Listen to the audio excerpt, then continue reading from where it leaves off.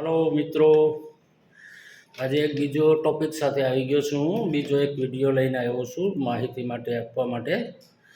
तो आ विडियो वहाली दीकरी योजना माटे छे। वहाली दीकरी योजनानो लाभ जे कोई लोकोने लेवो होय दीकरीनो, मतलब फॉर्म भरवानो होय वहाली दीकरी योजनानो, तो एना विषे हूँ माहिती आपું છું કે વહાલી દીકરી યોજના શું છે અને કેને મળે, શું મળે, કેટલા પૈસા મળે, ક્યારે મળે। કુલ રૂપિયા 1,10,000 1,10,000 એમ 3 હપ્તામાં આ યોજના મળે છે, બરાબર। તો પહેલો હપ્તો પહેલા ધોરણમાં અભ્યાસ કરતી દીકરીને પહેલા ધોરણમાં અભ્યાસ કરે ત્યારે 4,000 રૂપિયા મળે અને બીજો હપ્તો ધોરણ 9માં દાખલ થાય ત્યારે બીજો હપ્તો રૂપિયા 6,000નો આવે અને ત્રીજો હપ્તો 18 વર્ષ પૂરા થાય પ્લસ ધોરણ 12માં 12 પાસ કરે ત્યારે રૂપિયા 1,10,000 એમ 1,10,000 પૂરેપૂરો હપ્તો મળે। શરત માત્ર એટલી રહેશે કે 18 વર્ષ પૂર્ણ હોવા જોઈએ અને 18 વર્ષ પહેલાં લગ્ન ન કરેલા હોવા જોઈએ। જો 18 વર્ષની અંદર લગ્ન થઈ જશે તો આ યોજનાનો લાભ નહીં મળે। આવી રીતની દીકરીવાલી યોજનાની માહિતી આપું છું।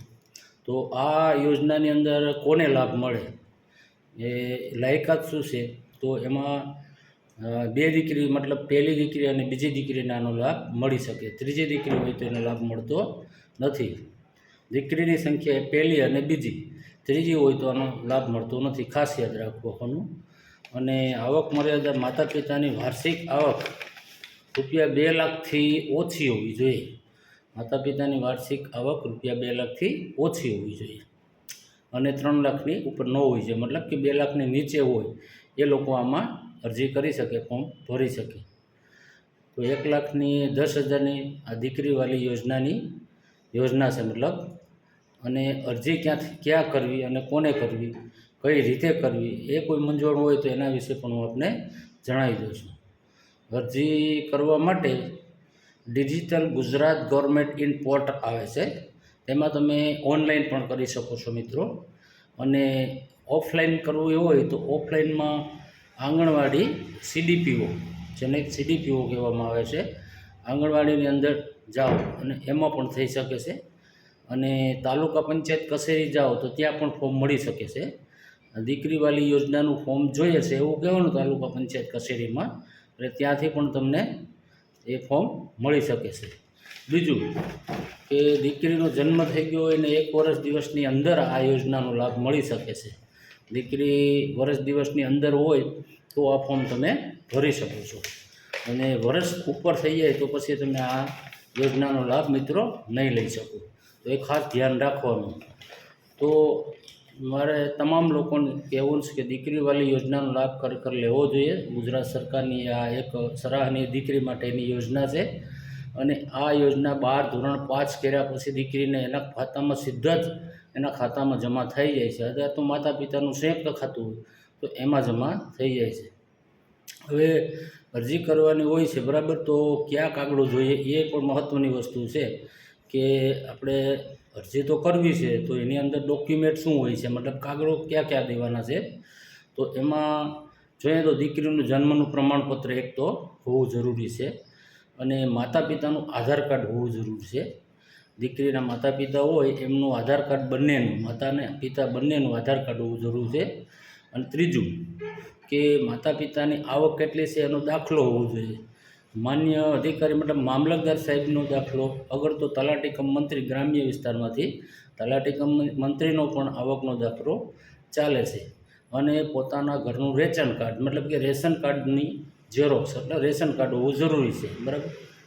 અને બેંકની પાસબુક હોવી જોઈએ દીકરીના નામની, અગર તો માતા પિતાનું સંયુક્ત નામની બેંકની પાસબુક જરૂરી છે। અને દીકરીનો એક પાસપોર્ટ સાઇઝનો ફોટો, આટલી વસ્તુ જોઈન્ટ કરી અને પછી તમે ઓનલાઈન પણ અરજી કરી શકો છો અને ઓફલાઈન પણ અરજી કરી શકો છો। તો મિત્રો, આ વિડીયો તમને કેવો લાગે છે મને માહિતી આપજો, મતલબ કોમેન્ટમાં મને કોમેન્ટ સેક્શનમાં કહેજો, લાઈક કરજો, વિડીયો જોજો। અને અમુક જે લોકોને ખ્યાલ નથી એવા લોકોને આ વિડીયો બતાવજો અને એ લોકોને જાણ કરજો કે ભાઈ દીકરીવાલી યોજના ગુજરાત સરકારની યોજના ઘણો લાંબા સમયથી ચાલુ છે, તો એની અંદર દીકરીને ગુજરાત સરકાર તરફથી 1,10,000 રૂપિયા બેંક ખાતામાં મળે છે, તો એની માહિતી આપશો. વધારે પડતા ગ્રામ્ય વિસ્તાર હોય અને જે અભણ મા બાપ હોય એવા લોકોને ખબર ન હોય તો એ લોકોને માહિતગાર કરશો. બીજું મારો કોઈ ઉદ્દેશ્ય નથી, ફક્ત ને ફક્ત લોકોને જાગૃત કરવા અને દીકરીને પ્રોત્સાહિત કરવા અને દીકરી આગળ વધે. મતલબ એ ગરીબ પરિવારમાંથી આવતી હોય તો દીકરી ધોરણ 12 પાસ કરે તો 1,10,000 સરકારશ્રી તરફથી સહયોગ મળે છે, તો એનો ખરેખર લાભ લોકોએ લેવો જોઈએ. અને મેં તમને પહેલાં પ્રથમ જ કહી દીધું કે તમારો અરજી તાલુકા પંચાયત કચેરીમાં જવાનું, મામલતદાર કચેરીમાં, અને તાલુકા પંચાયત કચેરીમાં આ ફોર્મ મળે છે ત્યાંથી ફોર્મ લઈ અને જે મેં કીધું વિડીયામાં પહેલાં જ કીધું છે કે એટલી વસ્તુ જોશે, ડોક્યુમેન્ટ જોશે. હજી એકવાર આપને કહી દઉં કે પહેલાં દીકરીનો જન્મ તારીખનો દાખલો હોવો જોઈએ અને માતા પિતાના બંનેના આધાર કાર્ડ હોવા જોઈએ. પછી આવકનો દાખલો હોવો જરૂરી છે. મામલતદાર સાહેબનો હોય અગર તો ગ્રામ્ય વિસ્તારમાં તલાટી કમ સાહેબનો પણ દાખલો ચાલશે. અને એક રેશન કાર્ડ જોશે અને દીકરીના નામનું બેંક કાર્ડ હોવું જરૂરી છે, મતલબ બેંક એકાઉન્ટ હોવું જરૂરી છે. દીકરીના નામનું અગર તો એના માતા પિતાનું સંયુક્ત નામનું પણ ચાલે છે.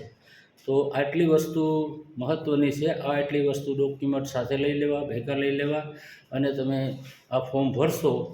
ઓનલાઈન ભરશો તો પણ ચાલશે, ઓફલાઈન ભરશો તો પણ ચાલશે. ઓનલાઈન ભરવું હોય તો મેં કીધું એ પ્રમાણે ગુજરાત ડિજિટલ પોર્ટલ જે આવશે એની અંદર એ ભરી શકાય. અને ઓફલાઈનમાં આપણે પંચાયત તાલુકા પંચાયત કચેરીમાંથી પણ ભરી શકાય, આંગણવાડીમાંથી પણ ભરી શકાય. તો મિત્રો, આ વિડીયો કેવો લાગ્યો છો તો તમે જરાક મને કોમેન્ટ સેક્શનમાં કહેજો. અને વધુમાં વધુ આ વિડીયોને લોકો સુધી પહોંચે અને લોકો આનો લાભ લે એવી મારો ઉદ્દેશ હોવાને કારણે મેં આ વિડીયો બનાવ્યો છે. ફક્ત ને ફક્ત દીકરીના લાભ માટે છે અને સરકારશ્રી આવો મોટી યોજના છે અને સરકારશ્રી આનો લાભ આપે છે, તો ખરેખર આનો લાભ લોકોએ લેવો જોઈએ.